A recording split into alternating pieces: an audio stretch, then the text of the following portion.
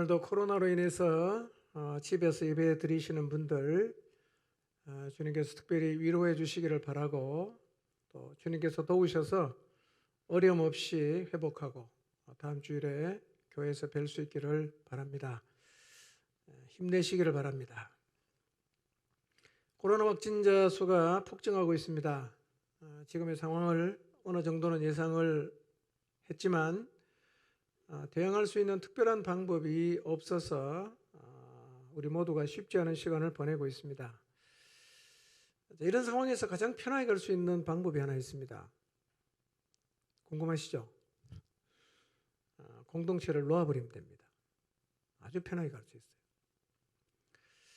그러나 우리가 공동체를 놓지 않으려 하기 때문에 긴장하고 있고 또 계속 노력하고 있습니다. 어렵지만 공동체가 흔들리지 않도록 각자의 자리에서 수고하고 애쓰는 모습은 저에게도 큰 격려가 됩니다. 이런 노력이 의미 없는 것처럼 느껴지기도 하겠지만, 그러나 그 노력과 몸짓이 의미 없지 않다는 것을 이 자리를 빌려서 말씀드리고 싶습니다. 여러분, 작은 몸짓과 노력을 포기하지 마시기 바랍니다. 격려할 수밖에 없는 상황을 안타까워하면서 기도하러 교회 가고 싶다는 성도가 있어서 너무 감사합니다. 지난 주간에 만난 어떤 사모님이 코로나의 이 상황에서도 교회 가서 기도하고 싶다고, 기도할 수 있게 해달라고 전화하고 문자하는 우리 교인들을 보면서 많이 놀라워했습니다. 여러분, 교회 가서 기도하고 싶어서 견딜 수 없어 하는 모습은 사실은 그리스도인의 당연한 모습입니다. 그리고 그런 모습을 갖고 있다는 것은 그가 영적으로 살아있다는 증거이기도 합니다. 그리스도인이라면 마땅히 그런 열망 또 갈증이 있어야 합니다. 코로나로 인해서 기도의 자리에 가고 싶지만 갈 수 없는 상황이어도 이 열망과 갈증이 사라지지 않도록 하시기를 바랍니다. 이런 상태를 유지하는 것이 영성을 유지한다는 의미이기도 합니다. 그러나 이런 상태를 유지하는 것이 쉽지는 않습니다. 왜냐하면 강제로 격리되는 이런 시간이 길어지면 서서히 우리의 마음에서 하나님께로 나가고 싶은 열정이 식어지기가 쉽기 때문입니다. 그러므로 코로나라는 태풍이 지나갈 때까지 이런 영성을 잃어버리지 않도록 늘 깨어있고 또 조심하셔야 합니다. 우리 중 모두에게 마찬가지인데요. 예상치 못한 격리로 일상과 사역이 헝클어지는 자리에 설 수가 있습니다. 그런 일이 우리에게도 생길 수 있다는 사실을 기억하시고, 혹시 그런 일이 생기더라도 일방적으로 상황에 밀리지 않도록 준비를 잘 하시기를 바랍니다. 코로나와 관련한 몇 가지 기도 제목 공유합니다. 첫째는 코로나로 인해 고통받고 있는 성도들이 속히 회복되도록 기도해 주시기를 바랍니다. 두 번째는 대면에서 모이는 모임이나 양육을 하는 우리 모두를 하나님께서 지켜주시도록 기도하시기를 바랍니다. 세 번째는 이미 영적으로 힘을 잃고 있는 지체들이 더 멀리 가지 않고 다시 힘을 내서 일어설 수 있도록 기도해 주시기를 바랍니다. 여러분, 아무리 힘들어도요, 다 지나갑니다. 인내함으로 이번 한 주도 힘내시기를 바랍니다. 우리는 충분히 이길 수 있습니다. 아멘. 자, 설교 제목 읽어보겠습니다. 시작. 네, 한 번 더 읽어보겠습니다. 시작. 아멘. 예. 혹시 저 바이러스가 이렇게 옮겨질까봐 소리 안 내시는 분 안 계시죠? 예. 전도와 사역을 하다 보면 자신의 힘으로 돌파하는 것이 불가능해 보이는 사람이 생깁니다. 우리가 불가능하다고 느끼는 것은 한두 번 해보고 안 되니까 불가능하다고 느끼진 않죠. 적어도 우리가 불가능하다고 느끼는 것은 여러 번 반복해서 시도를 했는데 결과가 나오지 않거나 그의 반응이 전혀 변하지 않을 때 이 사람은 좀 힘드네, 그런 느낌을 우리가 갖게 됩니다. 그리고 그런 느낌이 우리 안에 생기기 시작하면 그 사람을 찾아가는 게 어려워집니다. 우리는 지금도 매월 복음을 전하려고 노력하고 있습니다. 무엇보다 제 1순위는 가족들이죠. 남편, 아내, 자녀, 부모, 형제. 이들에게 우리는 할 수 있는 대로 복음을 전하려고 최선의 노력을 다하고 있습니다. 그런데 그 중에는 복음을 전할 때마다 늘 복음에 대해서 적대적인 반응을 보이기 때문에 말을 붙이기가 힘들거나 또 복음을 전해도 마음이 전혀 요동하지 않아서 이 사람은 참 안 되겠다, 불가능을 느끼는 사람들이 있을 수가 있습니다. 그 사람이 부모일 수도 있고요, 배우자일 수도 있고, 자녀일 수도 있고, 형제일 수도 있어요. 그럼에도 우리가 그들에게 복음을 들고 가야 된다, 이게 이론적으로는 다 동의를 합니다. 그런데 막상 가려고 하면 가도 안 될 텐데 갈 필요가 있는가? 그래서 우리가 자꾸 주저하게 됩니다. 그런데 이런 사람들이 결국 하나씩 하나씩 우리 앞에 한계로, 그리고 우리 힘으로 무너뜨릴 수 없는 성으로 자리를 잡게 됩니다. 문제는 뭐냐면 이런 사람들이 우리에게 계속 늘어나고 있을 수가 있다는 겁니다. 혹시 나한테 그런 사람이 있는가? 내가 생각해 보니까 저 사람은 도저히 안 되겠다, 그런 생각이 드는 사람이 있는지를 한번 생각해 보십시오.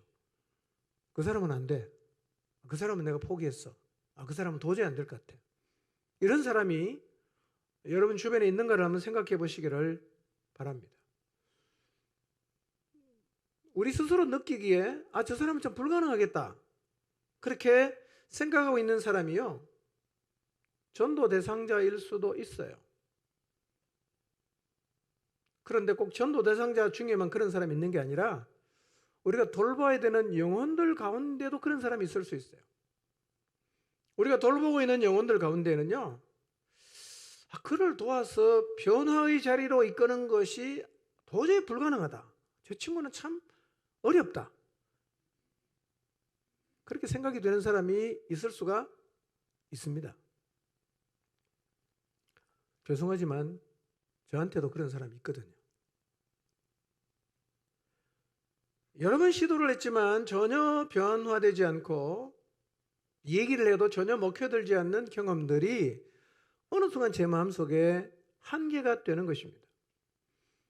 복음을 그래도 전해줘야지, 저 사람을 잘 도와서 새로운 삶을 살게 해줘야지 하는 마음이 간절하지만 지금껏 지나오면서 했던 경험들이 저 사람은 해도 안 될 텐데 라는 생각을 제 마음속에서 계속해서 생겨나게 하는 것입니다. 그렇다고 포기하지는 않겠지만 어떻게 저 한계를 넘어올 수 있을까? 이 질문은 제 마음에서 지금도 끊이지 않습니다. 어떻게 해야지? 어떻게 하면 되지?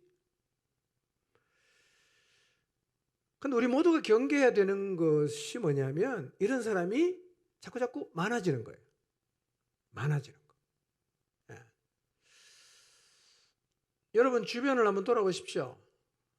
믿지 않는 불신 가족들, 또 여러분이 도와야 될 영혼들, 혹시 그 사람들 가운데 여러분의 마음속에 할 수 없겠다, 불가능하겠다, 그렇게 한계로 닿아서 가슴을 답답하게 하는 사람이 많아지고 있지는 않습니까? 전도 대상자를 봐도 다 태산 같아. 내가 도와야 될 영혼을 봐도 모두가 난공불락의 성처럼 보이고 있지 않습니까? 이런 사람이 점점 많아지고 있고, 더 많은 사람들이 한계로 다가와서 복음을 들고 나가려고 해도 마땅히 갈 사람이 없어요. 저 사람도 안 되고 저 사람도 안 되고 다 안 되는 거예요. 그리고 세워갈 사람을 따져보니까 다 안 될 것 같아. 누구 하나 붙잡고 실험해야겠다고 생각이 되는 사람이 거의 보이지 않는다면 우리가 갇혔다고 봐야 됩니다. 갇힌 거예요. 사방이 다 막혔으니까 누구에게도 나갈 수가 없다. 여러분, 갇히지 않아야 됩니다. 한계 생길 수 있지만 돌파해야 됩니다. 성은 있을 수 있지만 무너뜨려야 하는 것입니다. 그런데 살다 보면 이렇게 사람만 한계로 다가오는 건 아니에요. 우리의 힘으로 극복하기 어려운 이 상황이라는 한계 앞에 설 때도 있습니다. 지금 우리가 겪고 있는 코로나의 상황이 그렇죠. 왜냐하면 마음이 있는데 나갈 수가 없어. 도와주고 싶은데 만날 수가 없어요. 그 안타까운 와중에 도움을 줘야 될 그 영혼은 자꾸자꾸 힘을 잃고 무너지고 있어요. 만날 수 없는데, 도와줄 수는 없는데 저쪽은 무너지고 있어. 한계지요? 이런 건 사실은, 이런 상황은 우리 힘으로 극복할 수 없는 한계지요. 지금 우리가 이 자리에 서 있습니다. 여기에다가 우리나라가 잘 살아지고 영적으로도 악해지면서 사람들의 마음이요, 복음에 대해서 점점 무관심해집니다. 그리고 냉소적이 되고 있습니다. 거기에다가 모든 게 다 똑같다. 불교나 천주교나 미신이나 교회나 뭐 다 똑같다.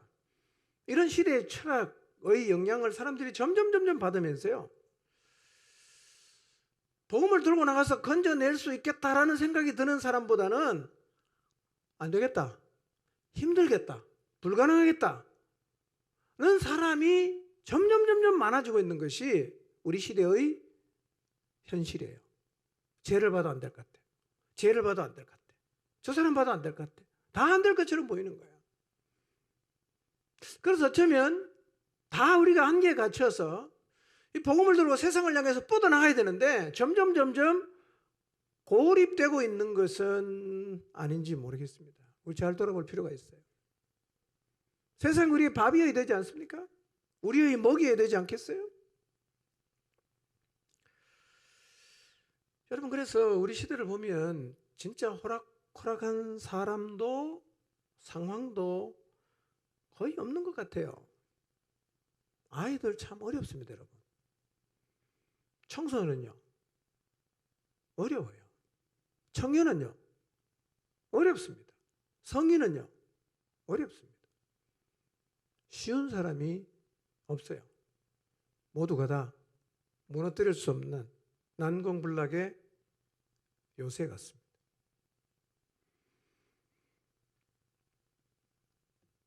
우리 시대는 주변에 이렇게 견고한 벽과 같은 사람들이 우리를 다 둘러싸고 있습니다.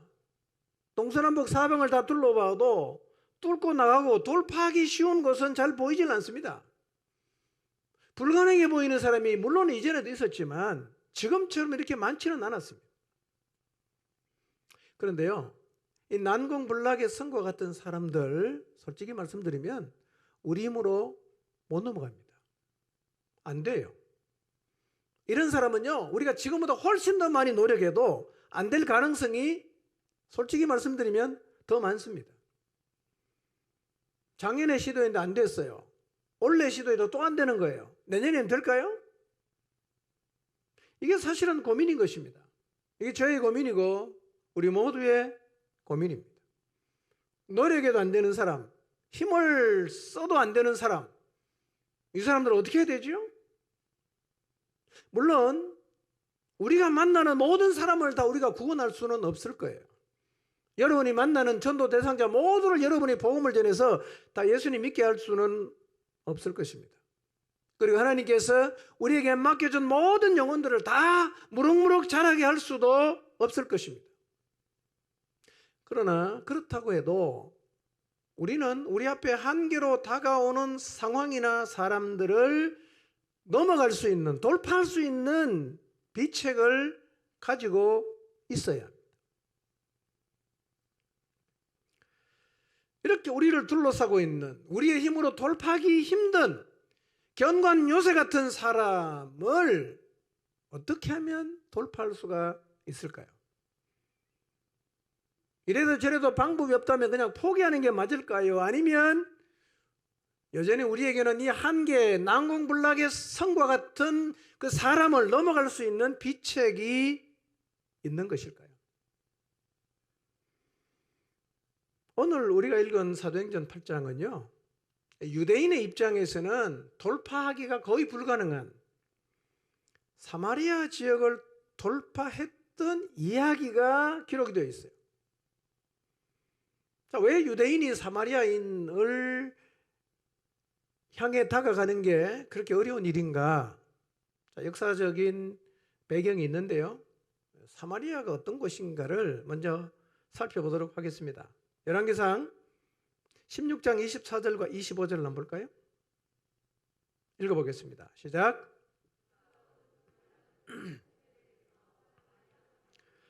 그 산 위에 성읍을 건축하고 그 건축한 성읍 이름을 그 산 주인이었던 세멜의 이름을 따라 사마리아라 일컬었더라.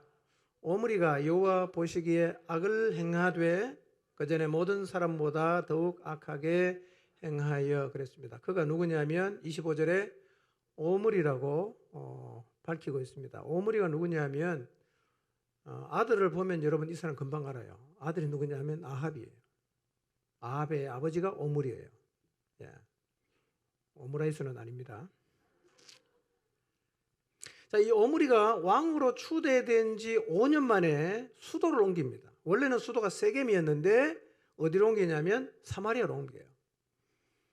세멜이라는 사람에게 은 2달란트를 주고 산을 사고 그 지역에다가 성읍을 건축하고 그 성의 이름을 산 주인의 이름을 따라서 사마리아라고 부르고 그 사마리아를 이스라엘의 수도로 삼습니다. 이 사마리아는 세겜에서 한 10km 정도 북서쪽에 위치한 곳인데 이스라엘 백성이 가나안에 가서 땅을 분배받았을 때 이 지역은 므낫세 지파가 분배받은 땅입니다. 그리고 이 사마리아는 북왕국이 망하던 주전 722년까지 계속해서 사마리아의 수도였어요. 그 사마리아가 수도가 된 후에 요셉 지파의 땅 전체를 사마리아라고 부르게 되었습니다. 지도를 한번 간단히 볼까요? 예, 보시면 이스라엘은 크게 세 등분할 수 있습니다. 맨 위가 갈릴리고 그 다음에 중간이 사마리아고 아랫부분이 유대예요. 근데 유대 사람하고 이 사마리아 사람이 굉장히 반목이 심해요. 왜 심했는가? 그 배경을 보면 북왕국 이스라엘이 아수르에게 망합니다. 근데 아수르 왕의 정책이 뭐냐면 자기가 정복한 피정복지의 사람을 다른 지역으로 이주를 시키는 거예요. 이 사람은 이쪽으로 보내고 이 사람은 저쪽으로 보내고 저 사람은 이리 보내고 막 뒤섞어서 혼혈을 만들면 반역을 안 한단 말이에요. 정체성이 없어지잖아. 한국 사람끼리 모아놓으면 이게 의기투합해서 반역하려고 하는데 한국 사람, 일본 사람, 뭐 그냥 카자흐 사람 막 섞어서 그냥 혼혈이 되고 나면 실제로 반란이 잘 안 일어나기 때문에 그런 정책을 폈습니다. 그래서 사마리아에 있는 사람들은 어디로 옮기느냐면 아수르로 끌고 가서 고산 강가에 있는 할라, 하볼, 그 다음에 메대 사람의 여러 고을로 다 이주를 시킵니다. 그러면 사마리아 땅에는 누가 사냐? 자, 한번 읽어보겠습니다. 열왕기하 17장 24절입니다. 원래 사마리아 땅의 사람은 아수르로 다 옮겨가고 이 땅에는 누가 와서 사냐? 읽어보겠습니다. 시작. 바벨론과 구다와 아와와 하맛과 스발와임에서 사람을 옮겨다가 이스라엘 자손을 대신하여 사마리아 여러 성읍에 두매 그들이 사마리아를 차지하고 그 여러 성읍에 거주하니라 그랬어요. 자, 그러면 이 지명이 어디에 붙어 있는지 한번 지도를 보겠습니다. 지도 보여주실래요? 바벨론 보입니까? 구다가 보입니까? 하맛이 보입니까? 스발와임 보이죠? 아와 보입니까? 여기 살고 있던 사람들을 다 사마리아로 이주를 시킨 겁니다.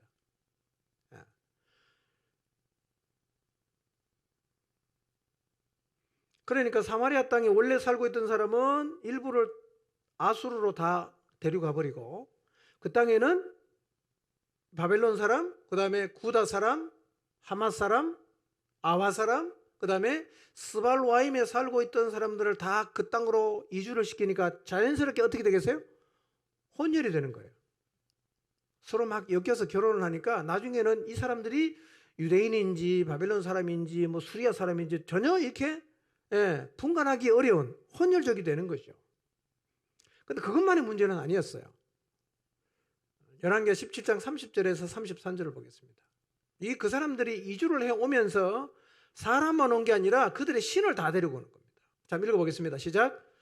바벨론 사람들은 숫꽃 분옷을 만들었고 굿 사람들은 네르가를 만들었고 하맛 사람들은 아시마를 만들었고 아와 사람들은 니파스와 다르닥을 만들었고 스발와임 사람들은 그 자녀를 불살라 그들의 신 아드람 멜렉과 아남 멜렉에게 드렸으며 그들이 또 여호와를 경외하여 자기 중에서 사람을 산당의 제사장으로 택하여 그 산당들에서 자기를 위하여 제사를 드리게 하니라. 이와 같이 그들이 여호와도 경외하고 또한 어디서부터 옮겨왔든지 그 민족의 풍속대로 자기의 신들도 섬겼더라.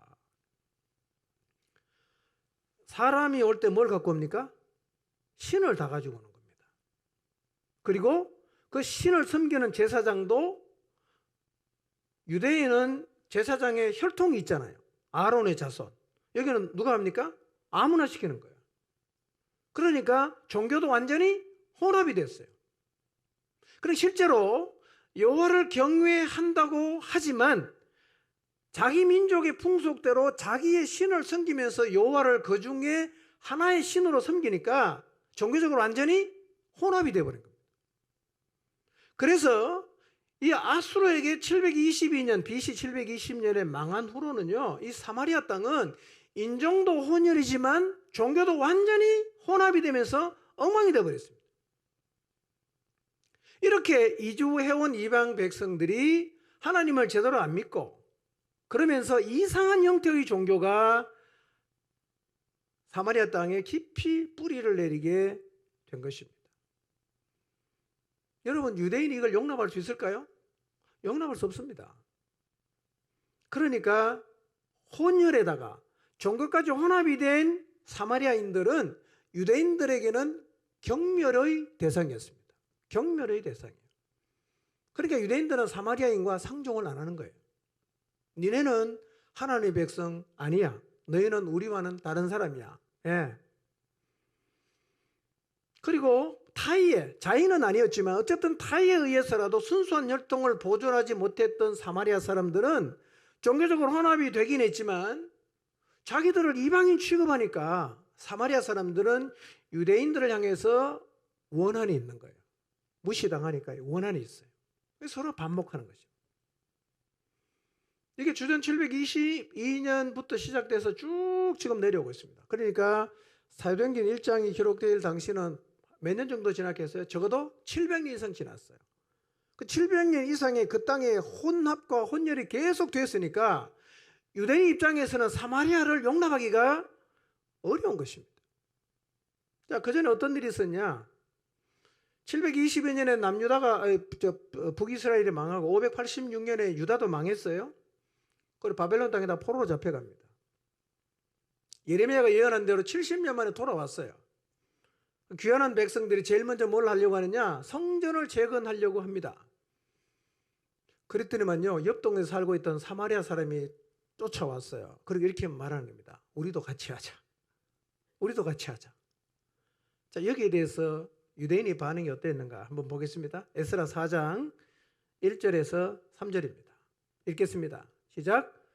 사로잡혔던 자들의 자손이 이스라엘의 하나님 여호와의 성전을 건축한다 함을 유다와 베냐민의 대적이 듣고 스룹바벨과 족장들에게 나와 이르되 우리도 너희와 함께 건축하게 하라. 우리도 너희같이 너희 하나님을 찾노라. 아수르 왕 에살핫돈이 우리를 이리로 오게 한 날부터 우리가 하나님께 제사를 드리노라 하니 스룹바벨과 예수아와 기타 이스라엘 족장들이 이르되 우리 하나님의 성전을 건축하는데 너희는 우리와 상관이 없느니라. 바사왕 고레스가 우리에게 명령하신 대로 우리가 이스라엘의 하나님 여호와를 위하여 홀로 건축하리라 하였더니 그랬어요. 포로 귀한 백성들이 성전을 재건하려고 하니까 사마리아 사람이 쫓아온 거예요. 그리고 와서 스룹바벨과 족장들에게 이렇게 말합니다. 아수르 왕 에살핫돈이 우리를 아와나 스발와임이나 구다나 바벨론에서 우리를 여기로 데려왔을 때부터 이제까지 우리도 당신들과 마찬가지로 당신들의 하나님을 섬기고 줄곧 그 하나님에게 제사를 드려왔으니까 이 성전 짓는데 우리도 함께하게 해달라라고 요청을 하는 것입니다. 그때 스룹바벨과 예수아와 각 가문의 족장들이 이렇게 말해요. 우리 하나님을 위해 성전을 건축하는 일에 너희는 우리와 상관이 없다. 이런 자에 거절해버립니다. 너희는 이 성전 짓는 데 참여할 자격이 없다는 거예요. 너희는 이미 혼혈이잖아. 종교 다 짬뽕 되는데 어떻게 너희가 감히 하나님의 성전을 우리와 함께 지으려고 하느냐. 너희는 우리와 상관이 없다. 거절했어요. 에스라 4장 10절입니다. 그러니까 사마리아 사람이 어떻게 하는가? 10절 읽어보겠습니다. 시작. 존귀한 오스나발이 사마리아 성과 유브라데강 건너편 다른 땅에 옮겨둔 자들과 함께 고발한다 하였더라. 자, 유대인들로부터 성전 재건에 참여하는 일에 거부를 당하니까 사마리아 사람이 화가 나지 않겠어요? 무시당했다. 그래서 어떡하냐? 그 주변 나라들이 예루살렘 성전 재건을 못하도록 아닥사스다 왕에게 고소를 하는데요. 거기에 사마리아 사람도 같이 서명을 하는 거예요. 나도 고소한다. 유대인을 고소하는 자리에 사마리아 사람이 서게 됐어요. 여러분, 유대인과 사마리아인의 반목은요, 이렇게 뿌리가 깊어요. 유대인 입장에서는 사마리아 사람 인정할 수가 없습니다. 혼혈에 완전 종교가 엉망이 되고 짬뽕이 되고 제사장도 아무나 세워서 제사장을 시키는 그런 사마리아인의 종교를 유대인이 어떻게 인정할 수 있겠어요? 거부합니다. 거부당하는 사마리아인의 입장은 어떻습니까? 기분이 나쁘죠. 원한을 품는 거죠. 이 적대적인 관계 예수님 때까지 계속 이어져 가는 거예요. 사실은 지금도 그렇습니다. 여러분, 성지순례 가서 사마리아 지역에 차를 대놓으면요, 와서 돌 던져 유리창 다 깨버립니다. 못 들어갑니다. 잘 못 들어가요. 자, 이렇게 유대인과 사마리아인의 관계는 결코 가까워질 수가 없습니다. 어떤 노력으로도 이 간격을 좁히기가 어렵습니다.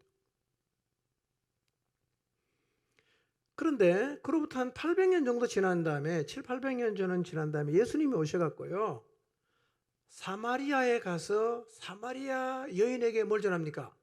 복음을 전합니다. 그냥 우리가 요한복음 쭉 읽어내라면 사마리아 갔구나 이렇게 생각되지만 이것은 굉장한 일이에요. 굉장한 일입니다. 유대인이 사마리아에 찾아가서 사마리아 여자에게 복음을 전했다. 이것은 굉장한 사건입니다. 유대 여자가 말하잖아요. 저 사마리아 여자가 이렇게 말하지 않습니까? 당신은 유대 남자인데 왜 나한테 물 달라고 하냐고. 우리 원래 상종하자는 관계가 아니냐고. 왜 친한 척하냐. 그런 얘기입니다. 이런 역사적인 배경 때문에 유대인들은 사마리아 사람을 찾아가는 게 이게 마음으로 잘 허락이 안 돼요. 우리가 일본 사람을 향해 갖고 있는 감정보다 더할 수도 있어요. 예. 여러분 유대인들은 율법을 안 지키고 안식일을 안 지키면 인간 취급도 안 합니다. 철저한 사람들이에요. 그러니 어떻게 이 사람들이 사마리아 사람을 용납할 수 있겠어요? 근데 예수님이 성천하시면서 굉장히 놀라운 명령을 하십니다. 사도행전 1장 8절 읽어보겠습니다. 시작.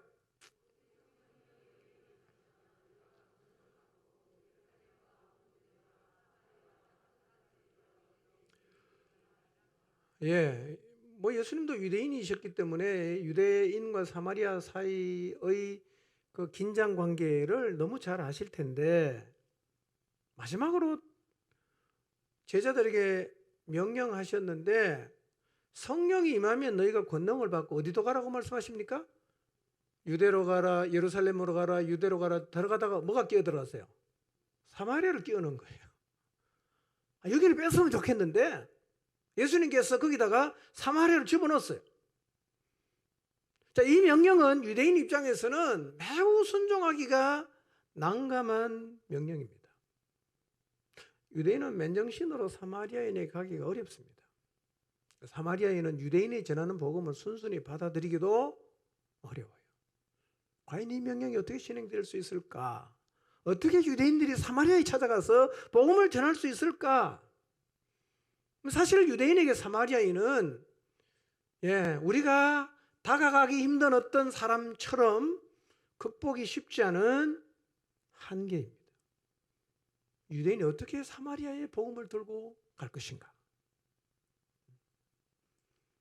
근데 놀라운 일이 일어나요. 복음이 사마리아로 갔어요, 벌써. 오늘 읽은 본문이에요.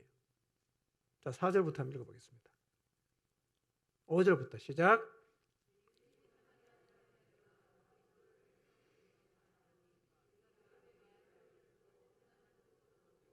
한 마음으로 그가 하는 말을 따르더라. 많은 사람에게 붙었던 더러운 귀신들이 크게 소리를 지르며 나가고 많은 중풍 병자와 못 걷는 사람이 나으니 그 성에 큰 기쁨이 있더라. 사실은 여기서도 우리가 주의해서 봐야 될 건요. 이 복음이 원활하게 전파되는 곳에는 항상 빛 비추는 역사가 먼저 있었어요. 말씀의 권세, 귀신에 쫓겨나가고 병이 고쳐지는. 예루살렘 교회에서 있었잖아요. 사마리아 땅에서 똑같이 일어납니다. 이 바탕에 있어요. 자, 본문의 내용은 이거죠. 예루살렘 교회가 스데반이 순교를 당하면서 굉장한 박해, 핍박이 찾아왔어요. 얼마나 박해가 심했던지요.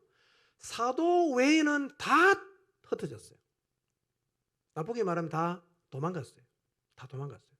잡으면 죽이고 감옥에 막 집어넣으니까 뭐 살 수가 없어. 다 도망갔어요. 그렇게 흩어진 사람 중에 5절에 보니까 빌립이라는 집사에 대한 얘기를 하는데요. 빌립이 어디로 갔냐면 사마리아 성으로 내려갔어요. 그리고 거기 가서 그리스도를 백성에게 전했습니다. 사마리아 성에 있던 무리들이 빌립의 말도 듣고 그가 행하는 표적도 보고 한 마음으로 빌립의 말을 따르는 놀라운 일이 일어났습니다.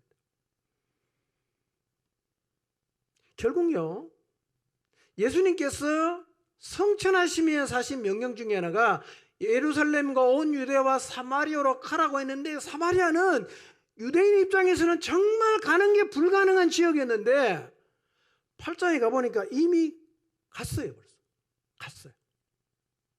놀랍죠? 순수 혈통을 잃어버린 상종하기 싫은 혼혈족, 이방 종교와 혼합된 종교를 갖고 있던 이 사람들, 유대인 입장에서는 상종하기 싫습니다. 도저히 마음이 내키지 않아. 근데 간 거예요. 가서 복음을 전했고 사마리아 교회가 세워졌습니다. 여러분, 예루살렘 교인들이 이 사마리아라는 이 한계를 어떻게 극복했을까요? 무엇이 아무리 결심하고 결심을 해도 마음에 내키지 않는 이 사마리아 땅에 가서 복음을 전하게 했을까요? 그 원동력이 뭘까요? 비결이 뭘까요? 첫째, 흩어짐이에요. 흩어짐. 여러분, 흩어짐은 호재가 아니고 악재입니다. 그렇죠? 복음 전하다가 핍박해서 다 도망갔어요. 좋은 일입니까? 나쁜 일입니까? 나쁜 일이죠. 하나님이 보호를 해줘서 교회가 막 부흥한다. 좋은 일이니까 나쁜 일입니까? 그거 좋은 일이야. 근데 지금 예루살렘 교회는 어떻습니까? 핍박이 너무 심하고 박해가 너무 심하기 때문에 사도회는 전부 뿔뿔이 흩어졌어요. 이거는 분명히 악재입니다. 그런데 이 악재인 흩어짐이 사마리아라는 한계를 극복하는 이유가 되었다는 건 참 신기한 일이에요. 신기한 일입니다. 여러분, 박해로 인해서 흩어졌다. 그럼 일반적으로 이건 어떤 시각으로 바라보게 됩니까? 박해가 너무 심하고 핍박이 너무 심해서 교인들이 다 도망갔다. 그러면 교회는 끝났다고 봐야죠. 끝났다고 봐야죠. 그리고 핍박 때문에 교인이 다 도망갔다. 그러면 그 교회는 사라지고 없어진다고 보는 게 맞죠? 근데 희한한 거는요, 이 흩어짐이라는 악재가 사마리아로 복음을 들고 가게 만든 계기가 되었다는 거예요. 먼저 우리가 생각해야 될 게 있어요. 하나님이 일하시는 방법은 너무나 다양합니다. 너무나 다양해요. 여러분, 정상적인 상황에서는 사마리아로 가기가 어렵습니다. 그런데 아주 비정상적인 방법으로 복음이 사마리아로 갔는데요. 여러분, 흩어졌는데 어떻게 이런 일이 일어날 수 있죠? 여러분, 예루살렘 교회의 핍박이 찾아와서 교인들이 다 흩어졌다는 말은 이것과 같습니다. 우리가 복음을 들고 가는데 반대가 너무 심해서 꽉 막혔어요. 아무것도 할 수가 없어요. 근데 희한하게 새로운 길이 하나 툭 열린 거예요. 코로나로 모든 게 다 흐트러졌어요. 근데 그 흐트러짐을 통해서 그렇게 넘어가려고 노력해도 넘어가지지 않던 한계가 희한하게 넘어져 가는 일이 일어난 거하고 똑같은 거예요. 여러분, 일반적으로 생각했을 때요, 예루살렘 교회가 사마리아로 가는 정상적인 그림은 뭘까요? 그것은 예루살렘 교회가 엄청나게 부흥해서 단기 선교를 가듯이 복음을 들고, 야, 너는 사마리아 가라, 너는 뭐 어디로 가라, 너는 어디로 가라, 이렇게 해서 교회가 자발적으로 복음을 들고 감으로써 사마리아로 복음을 가는 것이 우리가 생각하는 가장 정상적인 그림이에요. 여러분, 우리 앞에 놓인 한계를 이거 어떻게 극복하지? 라고 고민을 할 때 우리의 머릿속에서 자연스럽게 그려지는 그림이 있을 거예요. 그것은 마치 예루살렘 교회가 엄청나게 부흥을 해갖고 선교팀을 보내갖고 사마리아에 가는 그림과 같을 수 있어요. 이런 방식으로 갈 거야 라는 그림. 그런데 하나님은요, 우리가 그리는 그림하고는 전혀 다른 그림을 가지고 그분의 뜻을 이룰 때가 아주 많습니다. 전혀 다른 그림. 여러분, 사마리아는요, 예루살렘 교회가 승승장구해서 엄청난 힘을 가지고 마치 개선 장군이 들어가듯이 사마리아 땅에 들어간 게 아니에요. 핍박을 피해 도망간 사람들이 뭐 거기 가서 그냥 평소대로 복음을 전했어요. 그렇게 해서 복음이 사마리아로 갔다는 거죠. 여러분, 하나님의 뜻은요, 매우 다양한 방법으로 이루어진다는 사실을 잊지 마시기를 바랍니다. 여러분, 심한 핍박 때문에 흩어져야 할 상황이다. 그때 일반적으로 사람들이 어떤 마음을 가질까요? 여러분, 복음 전하다가 집에 쫓겨났어요. 어떤 마음을 가질까요? 일반적으로 이런 상황을 만나면 우리가 보이는 반응이 실망입니다. 낙심이에요. 하나님 원망하는 거죠. 다 포기하고 주저앉는 것입니다. 그럴 가능성이 높죠. 특히 유약한 그리스도인들 보세요. 아무것도 아닌 것 때문에 하나님 원망합니다. 조금만 힘들면 하나님 불평합니다. 필요 없다 그럽니다.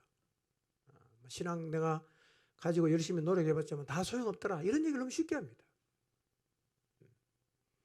자, 그런 얘기를 한다는 것은요, 상황의 문제가 아니라 내가 믿음이 없는 거예요. 기본적으로. 기본이 안 돼 있다는 얘기입니다.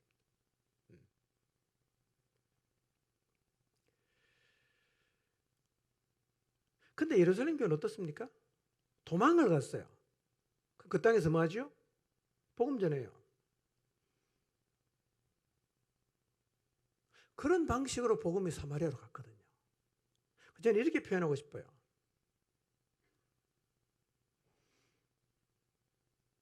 예루살렘 교회가 사마리아에 복음을 들고 간 거는요, 얼떨결에 간 겁니다. 얼떨결에. 예루살렘 교회가 예수님이 우리 보고 예루살렘과 유대로 사마리아로 가라고 하셨으니까 우리가 사마리아로 가자 이렇게 막 기도를 하고 40일 금식하고 막 계획해서 가지 않았어요. 근데 그 자리에 서 있어요. 완전히 얼떨결에 간 겁니다. 사마리 교회가 세워졌습니다. 여러분, 우리의 한계도 이렇게 얼떨결에 전혀 계획도 안 했는데 이 뭐야 이거? 내가 그 한계를 넘어가 있는 나의 모습을 보게 될 수 있어요. 그 자리에 서시기 바랍니다. 자, 근데 얼떨결에 하나님의 계획을 이루는 자리에는 사실은 아무나 설 수는 없어요. 얼떨결에라도 하나님의 목적을 이루는 자리, 내 힘으로 넘어갈 수 없는 한계를 넘어가 있는 자리에 신기하게 서 있는 나를 보려고 하면 한 가지가 꼭 필요합니다. 이거 없으면 절대로 그 자리에 못 섭니다. 그게 뭐냐면 성령 충만입니다.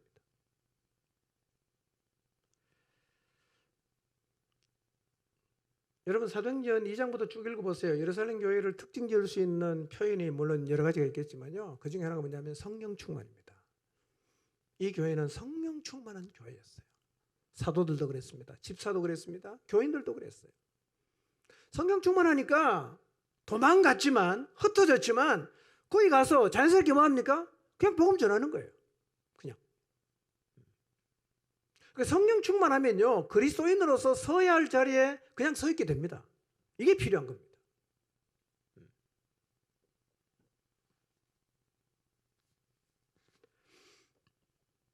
그러니까 이런 얘기입니다. 우리 앞에 놓인 한계, 난공불락의 요새처럼 보이는 성을 넘어가는 것은 방법의 문제가 아니라는 거예요. 어떤 방법으로 넘어갈 거냐? 사실은요, 우리 그림대로 하나님이 안 하실 때가 많아요. 전혀 예상하지 못한 그림을 하나님이 그리는데요, 나는 그렇게 하겠다는 생각을 한 번도 한 적이 없어요. 근데 내가 넘어가 있는 거예요, 벌써. 입시길이 뭡니까? 성령 충만한 사람은 그 자리에 섭니다.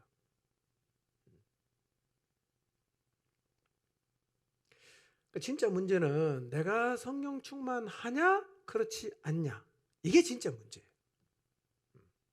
그리스도인으로 내가 오늘 성령 충만함을 갖고 있냐 그렇지 않냐 이게 문제입니다. 우리 하나님 방법을 다 이해할 수 없어요. 하나님이 일하시는 방법을 예상할 수도 없습니다. 뭐가 필요하냐?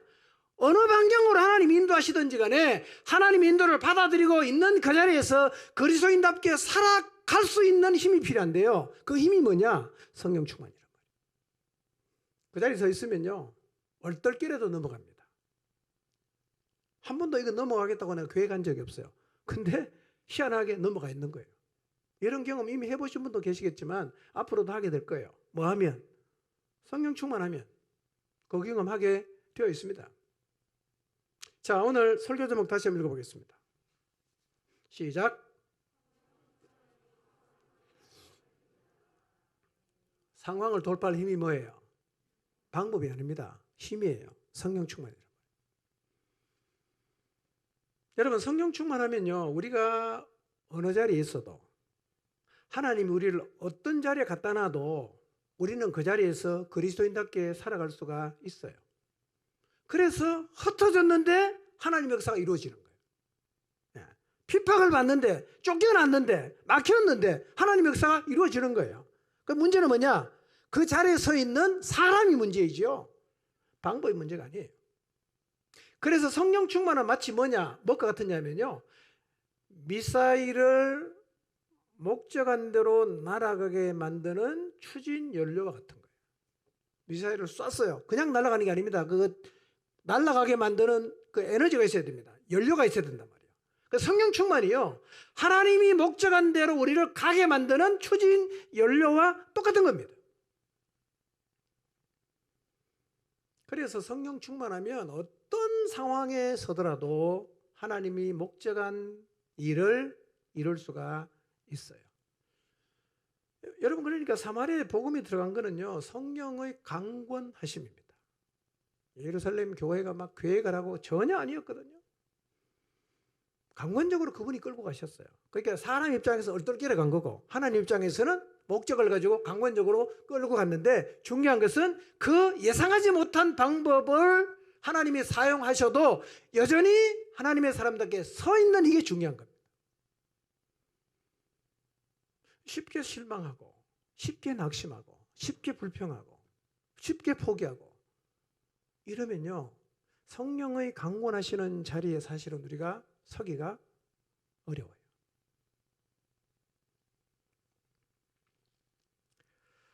여러분, 성령 충만해서 늘 서야 할 그 자리에 서 계시기를 바랍니다. 이게 참 멋있는 거죠. 참 멋있는 겁니다. 이게 진짜 견고한 겁니다. 어떤 일을 겪든지 간에 그냥 그 서 있는 거죠. 그리스도인답게. 이게 정말 중요한 것입니다. 여러분, 그런데 핍박으로 도망간 상황에서 이 복음을 전하는 거 쉽게 생각하지는 마세요. 대개는 이런 상황에 있으면 사람들은 내가 하나님에게 버림을 받았다고 생각하기가 쉬워요. 그래서 이런 자리에 있으면 사람들이요 주저앉는 경우가 많습니다. 다 끝났다. 하나님 진짜 안 도와주신다. 나 잘해보려고 했는데 하나님 끝까지 날 안 도와주시네. 나 이제 그만할래. 이렇게 말합니다.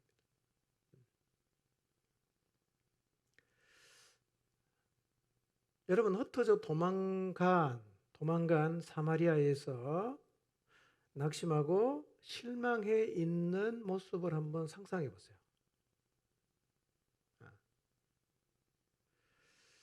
뭐 그럴 수 있지 않겠어요? 하나님 안 도와줘. 교회가 다 깨지고 다 도망가고 뿔뿔이 다 흩어지고 충분히 낙심할 수 있어요.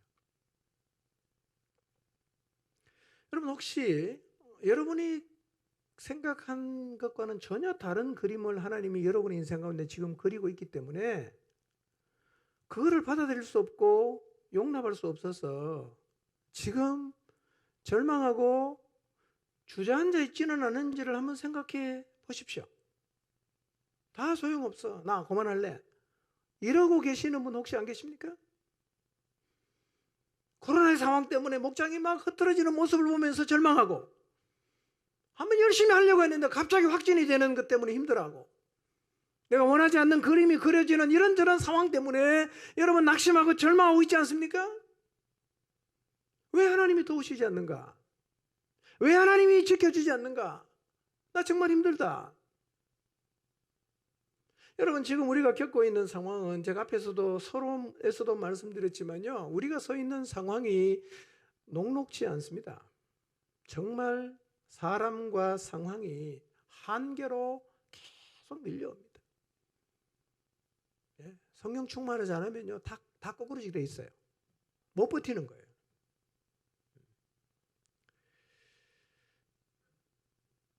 근데 예루살렘 교회 성도는 어떻습니까? 낙심하지 않잖아요. 안 거꾸러지잖아요. 아무 일도 없었다는 듯이 거기 가서 뭐합니까? 복음 전하는 거예요. 그들은요, 핍박 때문에 도망갔지만 여전히 하나님의 사람으로 서 있었어요. 이 힘이 어디서 나오냐? 성령 충만이란 말이에요. 성령 충만하면 우리도 이렇게 살아갈 수가 있습니다. 성령 충만하면 어떤 상황에서도 절대로 꺾이지 않습니다. 이게 저력이에요. 이게 힘입니다. 우리가 우리 앞에 펼쳐지는 모든 상황을 우리가 인위적으로 만들 수 없고 조작할 수 없고 우리가 원하는 쉽고 편한 방법으로 만들 수는 없지만 어떻게 하나님 인도하시든지 간에 꺾어지지 않을 수는 있어요. 그 에너지가 어디서 나오냐? 성령 충만에서 나옵니다. 성령 충만이 뭘까요? 너무 많이 들어서 혹시 여러분 빤한 얘기로 들을지 모르겠지만요, 너무너무 중요한 거예요. 다음 주에 성령 충만이 뭔지 다시 제가 말씀을 드리려고 합니다. 지금 우리에게는요, 그게 제일 필요합니다.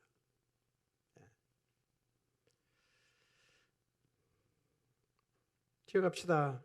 성령 충만은 상황을 돌파하는 에너지, 즉 힘입니다.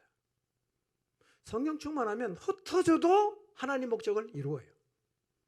우리가 성령 충만하면 코로나의 복잡한 상황 가운데 우리가 생각하는 것과는 전혀 다르게 상황이 흘러가도 우리는 그 자리에서 여전히 하나님의 사람으로 서 있게 되고 얼떨결에라도 하나님의 뜻을 이루는 경험을 하게 될 것입니다. 저는 여러분에게 분명히 말씀드릴 수 있어요. 우리가 안고 있는 문제에 대한 해답이 무엇인가? 그것은 성령의 충만함을 입는 것입니다. 저는 성령의 충만함을 입는 것이야말로 교회의 희망이라고 믿습니다.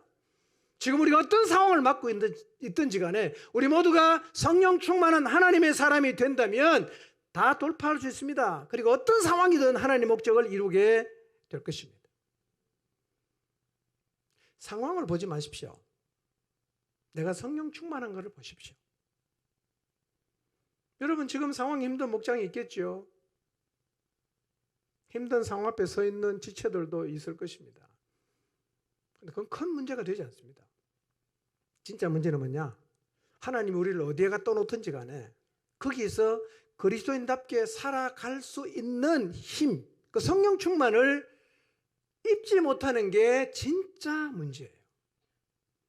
여러분, 상황 힘들어하지 마시길 바랍니다. 오히려 그 상황 앞에서 그리스도인다운 삶을 살지 못하고 있는, 성령 충만하지 않는 자신의 모습을 보면서 안타까워해야 됩니다.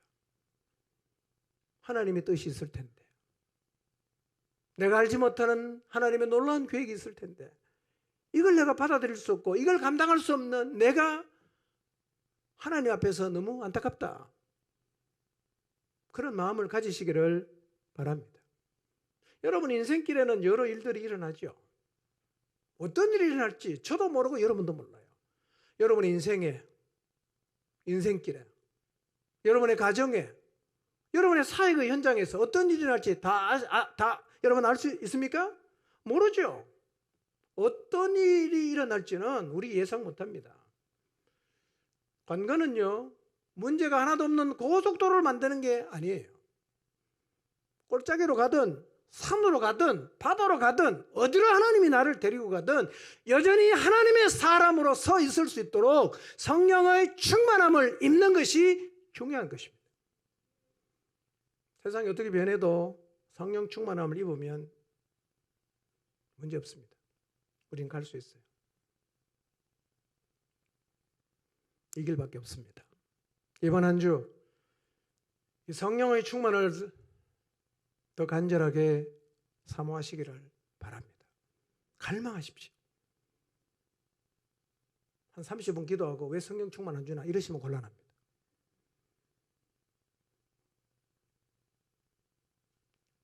작심하고 그분께로 나가세요. 여러분, 성령님의 인격이 있지 않습니까? 그분과 관계없이 사는데 어떻게 그분의 충만을 경험할 수 있겠어요? 기도 1시간 한다, 그게 중요한 게 아닙니다. 마음이 참 중요합니다. 그분이 나를 지배해 주시도록, 그분이 나를 메워 주시도록, 그분이 나를 이끌어 주시도록 간절히 사모하고 그분 앞에 오래 앉아 계십시오. 사모하십시오. 진짜 성령께서 나를 끌고 가시는 성령의 충만함을 이번 한 주 기도하시면서 조금 맛이라도 보게 되시기를 바라고, 정말 여러분의 남은 인생을 다 성령 충만함을 유지하며 살아갈 수 있게 되시기를 주님의 이름으로 축원합니다. 기도하겠습니다.